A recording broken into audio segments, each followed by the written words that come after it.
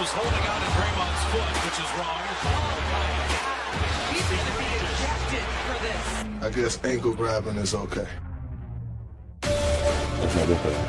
I gotta ring my foot somewhere. I don't know what you're supposed to do in that situation. It's been a fun game, but it's escalated into something more. It's time to look at who's putting in work, presented to you by Upwork, and it was the Warriors, because without Draymond Green, there was no problem for them, especially if Dante DiVincenzo, I mean, come on, bro, isn't that Steph's move? Yeah, but that's what happens when you practice with Steph. You train with Steph likes it. Look at it, Steph likes it. Steph's like, I recognize that. That's Steph's move right there. This is Kevon Looney's move. This was Kevon Looney's move all night. Back out to Steph, and yeah, cash money. Kevon Looney just doing all the dirty work for the Warriors. What a really good role player he's become. Just an exceptional performance from him, and I kept looking to see how many fouls he had. Oh, no, he's still doing all right. Okay, he's still in there. And then Steph, pull up, no problem over Sabonis, who got booed every single time he touched the ball all night long. As expected, but Steph Curry was just that dude, that guy. Oh no, Keegan Murray, oh no. Dancing and one. Rough series for Glenn. Keegan Murray. You see what he's saying? They don't want it. They don't want it. They don't want it. Well, and in the fourth quarter, the Warriors didn't slow down. Better get up higher, Malik Monk. That's Steph Curry. They got out to a 5-0 lead and That's never Klay looked Thompson. back. What are you doing? Well, that's what Klay Thompson is doing. The Warriors, they get the big win. Here's Steph Curry after the game.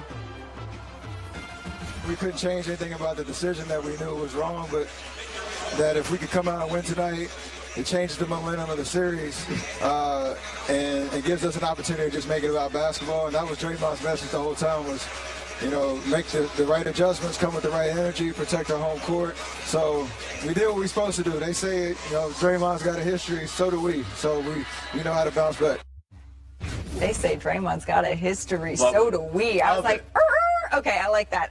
Zach, but Steph Curry said that he felt like, okay, we shifted the momentum of the series here. Did they? Do you agree with that? Yeah, obviously. They have the home team's won every game so far. We're right on track. They win game 4. We're 2-2 going back to Sacramento. All of a sudden, not pressure, but a little pressure goes on the Kings. And Steph Curry did what Steph Curry does. Just like game 4 of the finals last year when his team needed it, when it was a must-win, that dude delivers every single time. Shout out to the role players. DiVincenzo was. I got tired watching Dante DiVincenzo fling his body around the floor.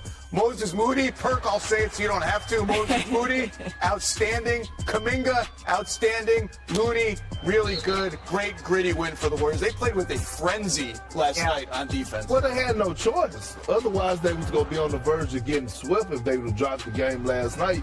But look, this series is still in the Kings' hands. But I will say this. Shout out to Steve Kerr for having his team ready.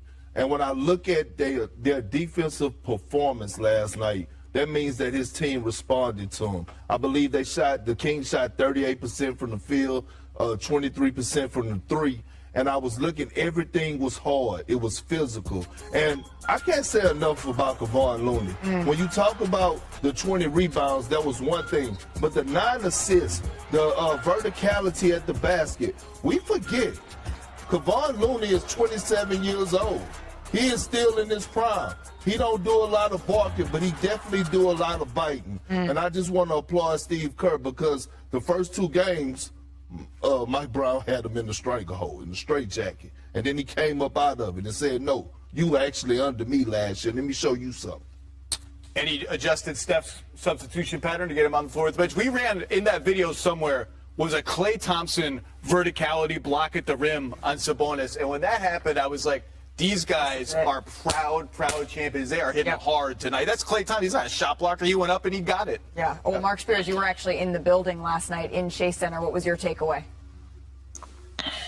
Well, so much has been said about E40 and Draymond Green, but more needs to be said about the Fox and Curry show. It's been sensational to watch since the beginning of the series. You know, Steph, I've been watching him since 2009. You never get tired of watching Steph and Curry play. That was the 38th time that he had at least 30 points and 5 3-pointers. Most in NBA history. The closest other player to do that is James Harden at 17. You know, and De'Aaron Fox, finally the world gets to see how special this Lamborghini is. who could go 0 to 100 and quick, but stop on a dime. He has been also sensational. He's averaged 29 points in this series, a bunch of three-pointers, although the team isn't shooting three-pointers well, stealing the ball. And he's actually had his 41st, 25th point game, which is the most since Peja Stojakovic in 2004. So, no, I'm glad that Fox is finally getting his just due worldwide. Yeah. He's something special, and not even an all-star game could do this for him. It's certainly been, he's been the motor of this team, the heart of this team. But you mentioned the threes. They struggled last night, Mark. The Kings shot 6 for 27 on wide-open three-pointers. That's when the closest defender is about 6 feet away. That comes out to 22%.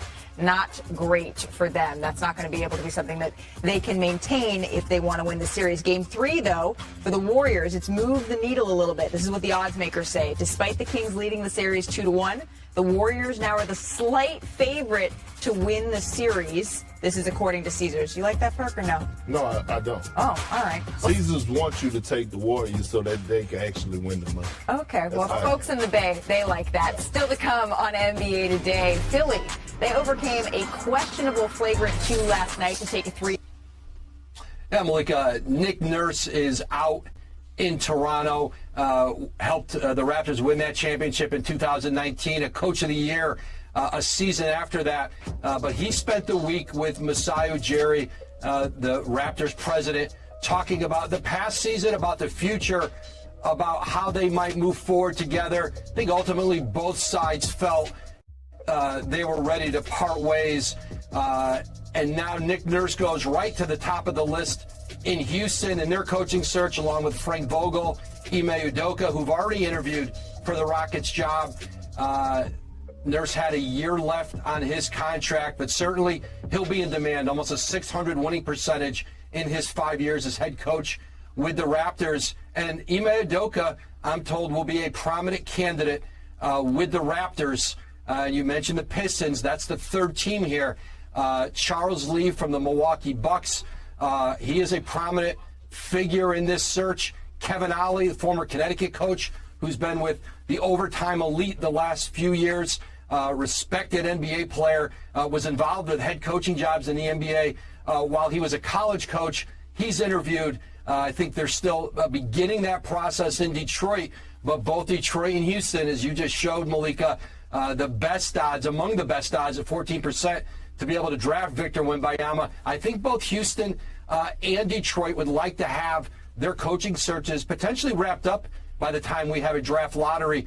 But I think Houston right now, I think you look at 3 candidates as they start a second round. Nick Nurse joining the process, and then, of course, Frank Vogel, Ime Udoka. Nick Nurse out after 5 years with the Toronto Raptors. Woj, before we let you go, I do want to get a couple of injury updates from you, because we saw Ja and Giannis. They both missed Game 2. What can we expect for Game 3 here? Giannis Antetokounmpo did some work today with the Bucks, didn't practice with the team. He gets a few more days of rest for that back ahead of Game 4. Same with John Morant. They won Game 2 in Memphis without him. Now they head out to L.A. to play Saturday. He gets more time to rest that bruised hand, wrist area.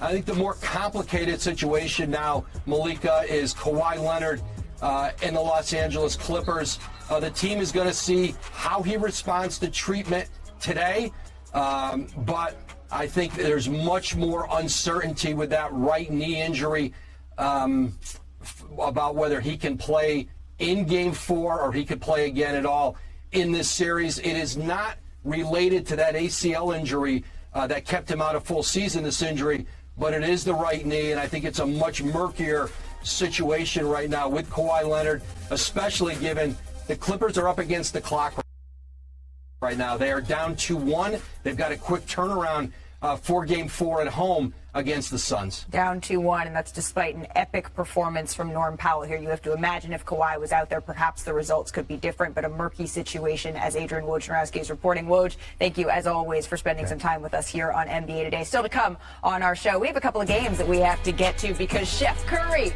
he showed why the Warriors, you cannot count them out quite yet. Our panel weighs in. Plus, the 76ers, they got it done in Brooklyn, but not without some controversy. Monty McCutcheon